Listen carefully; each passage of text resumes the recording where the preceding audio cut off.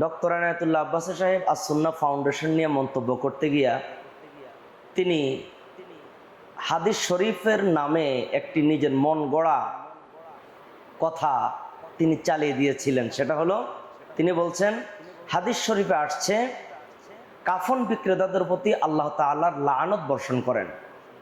পরবর্তীতে আমার কাছে যখন এই বক্তব্যটা আসলো, আমি শুনলাম, তাৎক্ষণিক আমি এটাকে মিথ্যা বলে চ্যালেঞ্জ ঘোষণা করলাম যে এমন কোনো কথা হাদিস শরীফে নাই।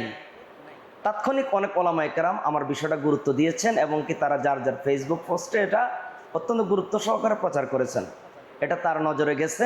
তাৎক্ষণিক তার অনুসারীরা এবং তিনি নিজেও বলছেন যে তিনি হাদিস শরীফ শব্দটা উল্লেখ করেন নাই, বরং তিনি ফকি আবুল্লাহ সমরকন্দি রহমতুল্লাহের কথা উল্লেখ করেছেন। আমার কাছে প্রথম ভিডিওটি আছে, তার সেকেন্ড ভিডিওটাও আছে, আপনারা নিজেরাই দেখেন। প্রথম ভিডিওর মধ্যে তিনি কি বলছেন? আমাদের দেশে কিছু মৌলবী সাহেব আছে, এটি দোয়াই করে কবে বন্যা হবে, তুফান হবে, ফাউন্ডেশন আছে, টাকা তুলো, খাও দেও, আছে না? এটা এক ধান্দা। হাদিস শরীফে আসছে আল্লাহ লানত বর্ষিত হয় বাঈউল আকফান, কাফন বিক্রেতা যে, তার উপর আল্লাহ লানত আসে। আপনারা শুনলেন, তিনি নিজেই বলছেন হাদিস শরীফে আসছে কাফন বিক্রেতাদের উপরে আল্লাহ তাআলার লানত আসে।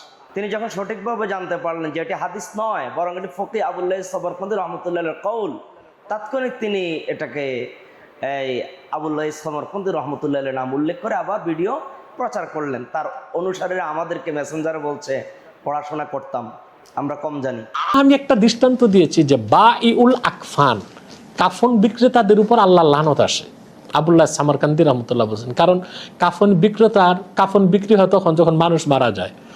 আমার বলার উদ্দেশ্য হলো, ডক্টর আনায়াতুল্লাহ আব্বাসী সাহেব যদি জানতে পারেন কোনো বড় বক্তা হোক, ছোট বক্তা হোক, কোনো কথা যদি ভুল করেছেন, তাৎক্ষণিক তিনি বাধ্য করেন তওবা করতে হবে, সে কাফের হয়ে গেছে।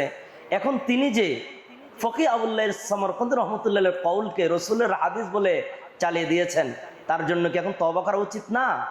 তিনি প্রকাশ্যে তওবা করতে বলেন, অথচ তিনি নিজের ব্যাপারগুলো এইভাবে এড়াইয়া চলেন। আল্লাহ আমাদেরকে সঠিকটা বোঝার তৌফিক দান করে, আমিন।